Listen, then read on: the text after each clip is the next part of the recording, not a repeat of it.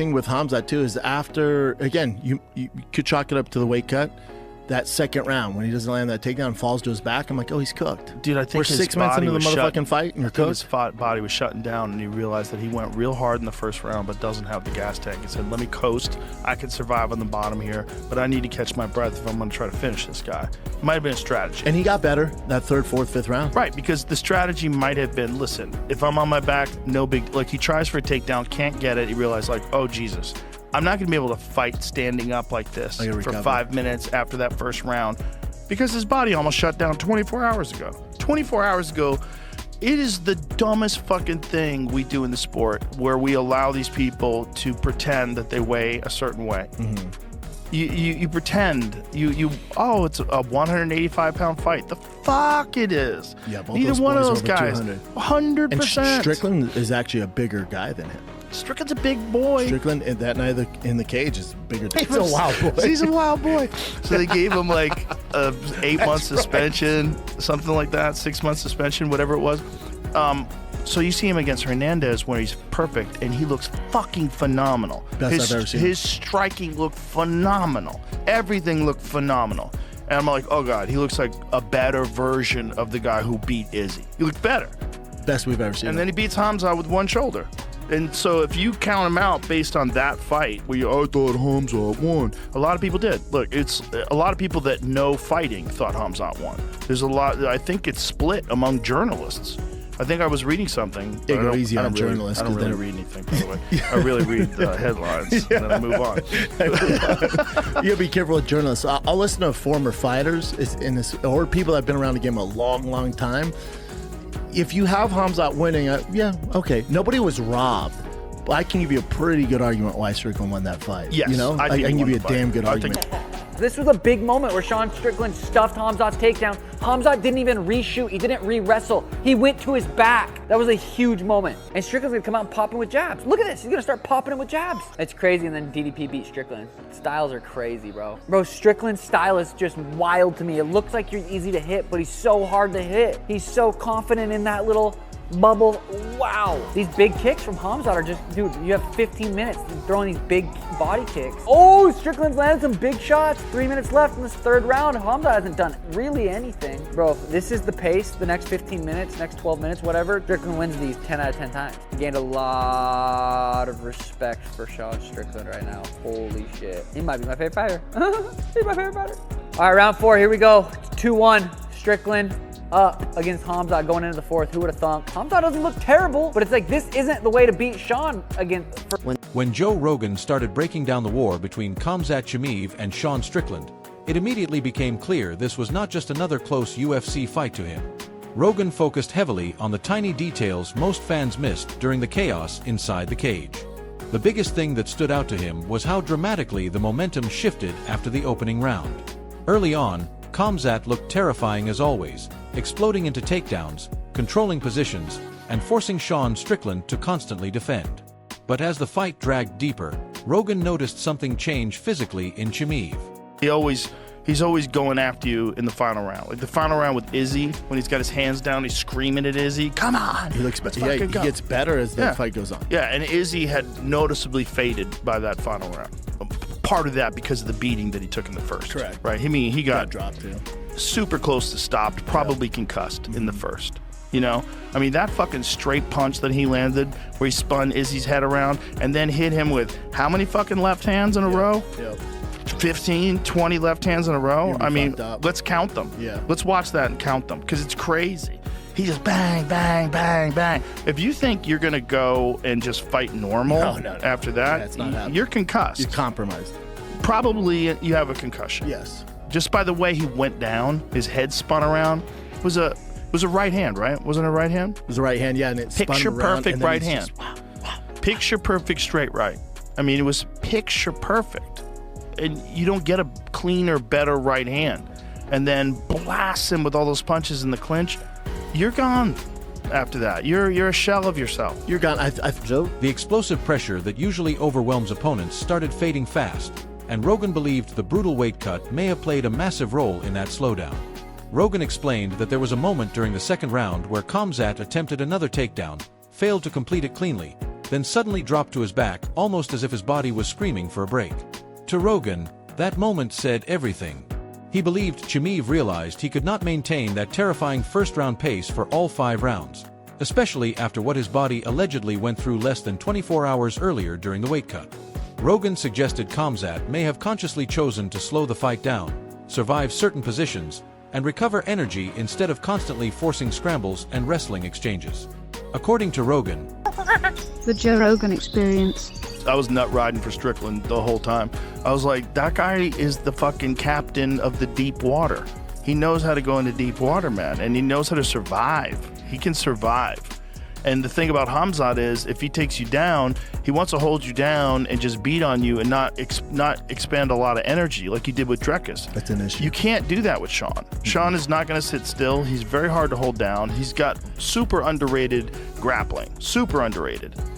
You know, we saw he almost threw Khamzat, like later in the fight, you know, and he did wind up on top multiple times. Like, he ain't easy for anybody. Far from it. And he had a blown out shoulder. Boom. That's the other thing. Everyone's like, well, you know, Khamzat was compromised because the weight cut. It's like, well, hold on. Sean had one arm. Sean had one fucking arm, and when he did throw that right hand in that second round, he wobbled Khamzat. No one wants to talk about that. The most significant punch was in the second round. Yeah. He flash knocks out Khamzat, and Khamzat's like, oh, and he shit. probably fucking jolted his shoulder with pain. And still defended the takedown. Noticed he was doing this at the beginning of the fight.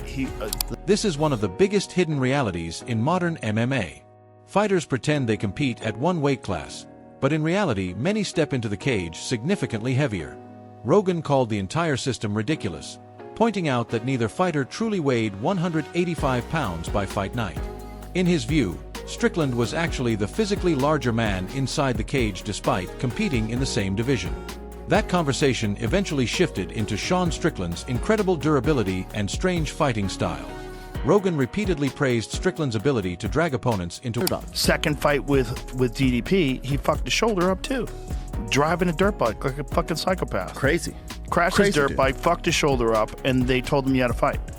So he had to take the fight. So he had to take the fight with a fucked up shoulder. And one of the things you notice about when he's throwing right hands, in particular in this fight, I noticed they were awkward sometimes. Yes. Sometimes they just looked weird, like he was trying not to use his shoulder or something. He's compromised. Yes, 100%. And I saw some of that in the second second DDP fight, you know, where it looked like he was kind of throwing his punches weird. You know, which sometimes he does anyway because he goes around the guard. It's awkward. It's strategic. Yeah. He's throwing shit that you're not going to block correctly, and then he's going to land you clean shots. But when you see him when there's nothing wrong with him, like he had this giant break because he punched somebody in some fucking low-level promotion. Oh, right? that's right. Got in the cage, punched somebody. Yeah. So so they gave him... He's a wild boy. He's a wild boy. So they gave him like a 8-month suspension, something like that, 6-month suspension, whatever it was. So you see him against Hernandez where he's perfect, and he looks fucking phenomenal. Best I've ever seen. His striking looked phenomenal. Everything looked phenomenal. And I'm like, oh God, he looks like a better version of the guy who beat Izzy. He looked better. Best we've ever seen. And then he beat... what he called deep water, meaning exhausting later rounds where cardio, pressure, and mental toughness become more important than explosiveness. Rogan argued that Sean becomes more dangerous the longer a fight lasts, which is exactly why he felt Chimaev's style could become vulnerable if an early finish never came. He compared it to Strickland's title-winning performance against Israel Adesanya, where Sean continued walking forward late into the fight while Adesanya visibly slowed down after absorbing heavy damage early.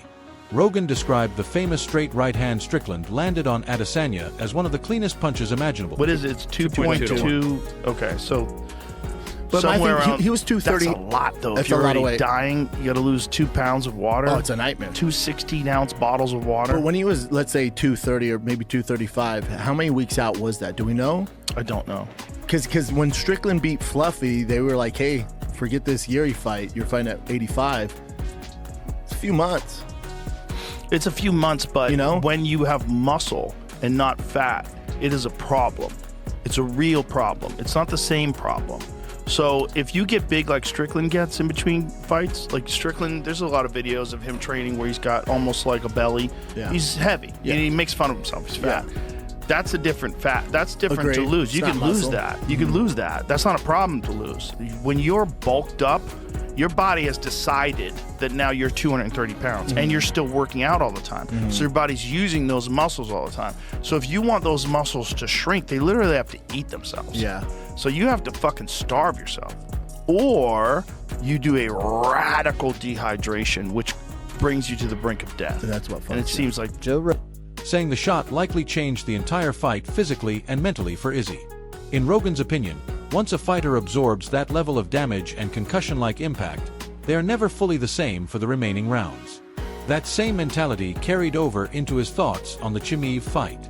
Rogan believed Sean's pressure and conditioning slowly forced Khamzat into uncomfortable territory he rarely experiences. Even when Chimaev secured takedowns, Rogan pointed out that Sean refused to stay controlled for long periods and constantly fought to create movement, scramble, and force Khamzat to keep working.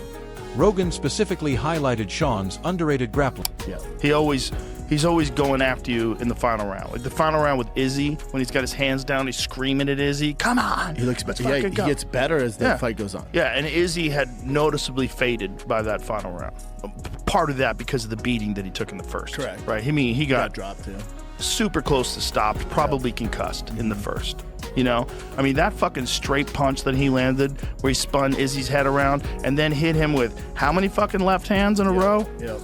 15, 20 left hands in a row? I mean, up. let's count them. Yeah. Let's watch that and count them because it's crazy. He just bang, bang, bang, bang. If you think you're going to go and just fight normal after that, that's not happening. you're concussed. You're compromised. Probably you have a concussion. Yes. Just by the way he went down, his head spun around. It was a right hand, right? Wasn't it a right hand? It was a right hand, yeah, and it spun Picture around, perfect and then right it's hand. just, Picture perfect straight right. I mean, it was picture perfect. And you don't get a cleaner, better right hand. And then blast him with all those punches in the clinch. You're gone after that. You're a shell of yourself. You're gone. My terrifying reputation. Yet round after round, Strickland kept marching forward, stuffing shots, landing jabs, and forcing Khamzat into increasingly exhausting exchanges.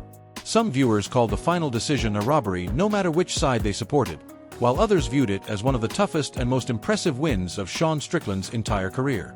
What everyone agreed on, however, was that the fight revealed something important about both men. Chimaev proved he remains one of the most dangerous opening round fighters in the sport, capable of overwhelming almost anyone early. But Strickland proved something equally important. If you survive the storm, drag the fight into deep water, and force Khamzat to work minute after minute, the entire dynamic begins to change. That realization alone may completely reshape how future opponents prepare for one of the UFC's most feared fighters. Mage and dominance seen earlier. By the championship rounds, the takedowns were becoming increasingly difficult to secure at all. Bisping admitted there were moments where Chimaev looked so exhausted that he wondered whether the mental side of the fight was beginning to slip away too. However, he still respected Khamzat for continuing to battle through obvious fatigue until the final bell. Not everyone agreed with the extreme weight cut narrative though.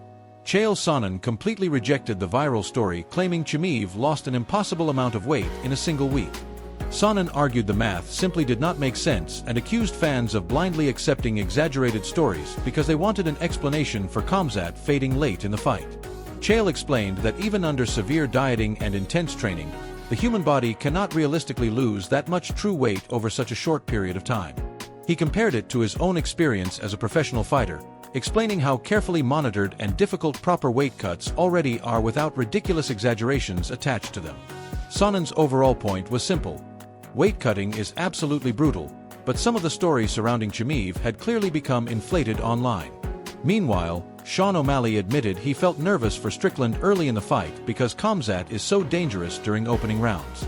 O'Malley pointed out how quickly Chimaev secured takedowns against Sean's upright stance and initially sounded shocked by how easy the wrestling exchanges looked.